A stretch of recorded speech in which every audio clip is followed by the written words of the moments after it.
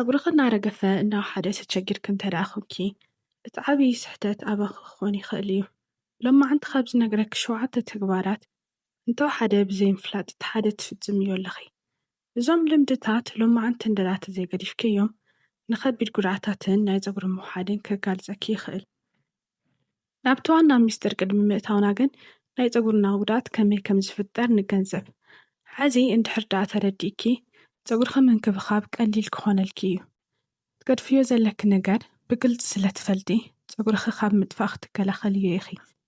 ፀጉሪ ዝጎድኡ ነገራት ብዋንነት ዘጥቅዑ ከቲክል ዝበሃል ናይ ፀጉሪ ደጋዊ ክፍሊ እዩ። ከቲክል ልክዕ ከም ጠንካራ ጋሻ ፀጉሪ ዝከላኸል እዩ። ናይዚ ቀንዲ ስራሕ ናይ ፀጉሪ ናይ ተፈጥሮ ቅብኣት ጠንቂቕካ ምሓዝ እዩ። እዚ ንጥረ ነገር እንተደኣ ሃልዩ ለስላሳን ብርሃን ዘለዎ ኮይኑ ፀጉርኺ መንፀባረቒ ይኸውን። ብሙቐት ብሓይሊ ምፍሕፋሕ ብኬሚካል እዚ ንጥረ ነገር ይባኽን። ክባኽን ከሎ እቲ ፀጉሪ ብቐሊሉ ዝሰባበርን ዝረግፍን ይኸውን። እቲ ዝሓዞ ናይ ተፈጥሮ ቅብኣት እውን ወዲያውኑ ይለቅቕ። ፀጉርና ከዓ ሽዑ ንሽዑ ከም ዕንጨይቲ ደረቕ ይኸውን። ፀጉርና ዝዓቢ ብ3 ወሰንቲ ምዕራፋት ሓሊፉ እንትኾን ናይ መጀመርያ ኣናገን ዝበሃል ናይ ዕቤት ምዕራፍ እንትኾን እዚ ፀጉሪ ቁመቱ ዝውስነሉን ዝሃንፀሉን ግዜ እዩ። ኣብዚ ወሳኒ ምዕራፍ ውሽጢ እዚ ከዓ ፀጉሪ ብፍጥነት ይነውሕ። ካልኣይ ካታገን ዝበሃል መሸጋገሪ ግዜ እዩ።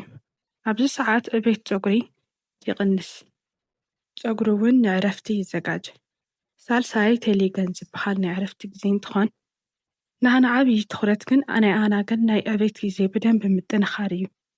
ሎማዓንቲ ንሪኦም 7 ስሕተታት እዚ ኩሉ ናይ ዕቤት ግዜ ዘስተጓጉሉ እዞም ናይ ፀጉሪ ከይዓቢ ጥራሕ ዘይኮነስ ካብ መጠን ንላዕሊ ንክረግፍን ንክሰባበርን ይገብሩ። እዞም ስሕተታት ጠጠው ክተብል ይኸለኺ ግን ናይ ኣናገን ምዕራፍ ሓፍ ይብል። ፀጉርኺ እውን ብጥዕናን ብፍጥነትን እናዓበየ ይኸድ። እቲ ናይ መጀመርያን ዓብዪ ስሕተትን ፀጉሪ ብውዑይ ማይ ምሕፃብ። ውዑይ ማይ ዝህቦ ምቾትን ሙቐትን ምፍታውኪ ይቐርን። ገን ውዑይ ማይ ፀጉርኺ ብሕቡእ ምቾት እናሃበ ፀጉርኺ ይጎድእ። ምክንያቱ ከዓ ውዑይ ማይ ናይ ፀጉርኺ ቆርበት የድርቆ እዩ። ካብ ኩሉ ንላዕሊ ከዓ ናይ ፀጉሪ መከላኸሊ ሽፋን ብጣዕሚ ክኽፈት ይገብሮ። ኣብዚ ሰዓት ኣብ ፀጉርኺ ዘሎ ጠቃሚ ቅብኣትን ብቐሊሉ ወፂኡ ይባኽን። በዚ ምክንያት ከዓ ፀጉርኺ ሽዑ ንሽዑ ይደክም። መፍትሒኡ ፀጉርኺ ለብስ ብዝበለ ማይ ወይ ብዝሑል ማይ ጥራሕ ተሃፀቢ። ሙቐቱ ንፀጉርኺ ተስማዕማዕ ምዃኑ ረጋግፂ። ከምኡ ኢሉ ከሎ እውን ኣብ መጨረሻ ብዝሑል ማይ ተለቕልቕ እዩ። ዝሑል ማይ ንፀጉርኺ ናይ ደጋዊ ሽፋን ብፍጥነት ይዓፅው። እዚ ከዓ ናይ ተፈጥሮ ቅብኣቱ ከይለቅቕ ይሕግዝ። እዚ ቀሊል ልምዲ ፀጉርኺ ከይሰባበር ይገብር።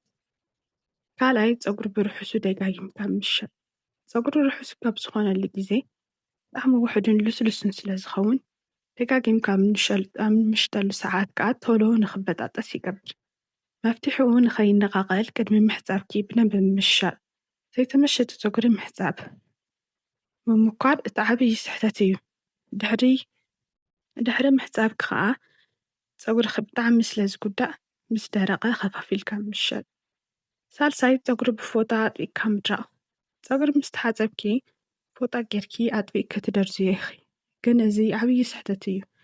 እቲ ናይ ፎጣ ድርቀት ኣብ ፀጉርኺ ክዓርፍ ከሎ ናይ ፀጉርኺ ደጋዊ ክፍሊ ስርሑ ከይሰርሕ ይገብር።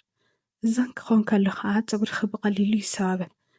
መፍትሒኡ ናይ ባዕልኺ ፅሩይ ቲሸርት ወይ ከዓኒ ናይ ቀደም ለስላስ ፎጣ ተጠቒምኪ ብሓይሊ ከይኮነስ ቀስ ኣቢልኪ ድረዝዮ። እዚ ቀሊል ልምዲ ፀጉርኺ ከይጉዳእ ዓብዪ ኣስተዋፅኦ ኣለዎ። ራብዓይ ፀጉርኺ ብሰጢም ምትሓዝ ወይ ከዓ ምቁናን። ኣብ ፀጉርኺ ሰጢም ቁኖ ትስርሒ ከለኺ ናይ ፀጉርኺ ሱር ፅዕንቶ ተሕድሪ። እዚ ውጥረት ብዓይኒ ዘይረዳእ ዋላ ይኹን እምበር ካብ መሰረቱ ብጣዕሚ የድክሞ። ግዜ ብዝወሰደ ቁፅሪ ከዓ ናይ ግንባር ፀጉሪ ምርጋፍን ምንቕቓልን የስዕብ። ስለዚ ብዝተኸኣለ መጠን ፀጉርኺ ኣስጢምኪ ዘይምቁናን ወይ ከዓ ዘይምትሓዝ። ሓምሻይ ልዕሊ መጠን ተኩሲ ምብዛሕ። ፀጉሪ በብመዓልቱ መተኮስ ሓፂን ምስቃይ ተጠባብሊ። እዚ ልምዲ ናይ ፀጉርኺ መልክዕ የጥፍእ። እዚ ልምዲ ናይ ፀጉርኺ ዋና ፕሮቲን የበላሽ። እዚ ተግባር ክደጋገም ከሎ ከዓ ፀጉርኺ ደረቕ ወዝ ዘይብሉን ዝተሰባበረን ይኸውን።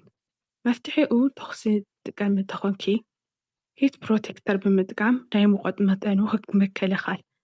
እዚ ሙቐት ኣብ ፀጉርኺ ቅድሚ ምዕራፉ መጠኑ ክቕንስ ይገብር።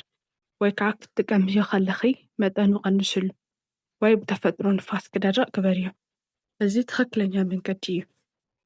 ሻድሻይ ናይ ፀጉሪ ቆርበት ንጽህና ምሕላው። ትኩረት ኩሉ ኣብ ናይ ፀጉርኺ ጫፍ ወይ ቁመት ኣይኩን። ተጋጊኺ ናይ ፀጉርኺ መሰረቱ ዘሎ ኣብ ናይ ቆርበት ፀጉሪ ፅሬት እዩ። ብዙሕ ናይ ቅባት ምህርትታትን ኮንዲሽነራትን ክትጥቀም ከለኺ ኣብ ግዜ ሂደት ኣብ ፀጉርኺ ዝተከማቸዩ ናይ ርስሓት መዓት ይፍጠር። እዚ ትረገም ናይ ፀጉሪ ናይ ቆርበት ቆዳታት ንክዕፆ ይገብሮ። ፀጉርኺ እውን ንኸይነውሕ ይዓፅዎ። ብተወሳኺ ንምሕኻኽን ንፎሮፎርን የጋልፀኪ። መፍትሒኡ ኣብ ወርሒ ሓደ ግዜ ክላሪፋይንግ ሻምፖ ወይ ኣፕል ሳይድ ቪነገር ተጠቐሚ። ከምዚ ብምግባር ቆርበትኪ ኣየር ንኸተንፍስ ግበርዮ። ብጥዕና ንኽዓቢ እውን ትገብርዮ። ሻውዓይ ናይ ኣመጋግባን ማይን ሕፅረት። ፀጉርኺ ዘዕብዮ ካብ ደገ ትቕበዮ ቅብኣት ጥራሕ ዘይኮነስ ናብ ከብዲ ዝኣቱ ናይ ፕሮቲን፣ ናይ ቫይታሚን፣ ናይ ማይ ድርሻ እቲ ዝለዓለ እዩ። ብዙሕ ማይ ዘይሰቲ እንተደኣ ኮንኪ ፀጉርኺ ምድራቑ ይቐርብ። በቢመዓልቱ እኹል ማይ ስተይ። ብመጠኑ ከም እንቋቑሖን ዓተርን ዝመሳሰሉ ምግብታት ኣብ ኣመጋግባኺ ዘይምፍላይ። ኣብ ናይ ሎማዓንቲ ቪድዮ ፀጉርኺ ዝጎድኡ 7 ነገራት ወይ ልምድታት ብግልፂ ያርእየኪ እየ። እዞም ልምድታት ተግባራት ምፍፃም ጠጠው ምስ ኣበልኪ ናይ ፀጉርኺ ታሪክ ሙሉእ ንሙሉእ ክልወጥ እዩ። ኣብ ሓፂር ግዜ ፀጉርኺ ንጉድኣት ተጋላፂ ይኸውንን። ኣብ ውሕድ ሰሙናት እውን ናይ ፀጉርኺ ምስባርን ምርጋፍን ጠጠው ክብል ክትርኢ ኢኺ። ካብዞም 7 ልምድታት ትገብርዮም ሓደ ልምዲ እውን ኣብ ኮመንት ፀሓፍለይ። ንመኻኸል። እዚ ቪድዮ ተፈቲኽዮ እውን ላይክ፣ ሰብስክራይብ ግበርዩ።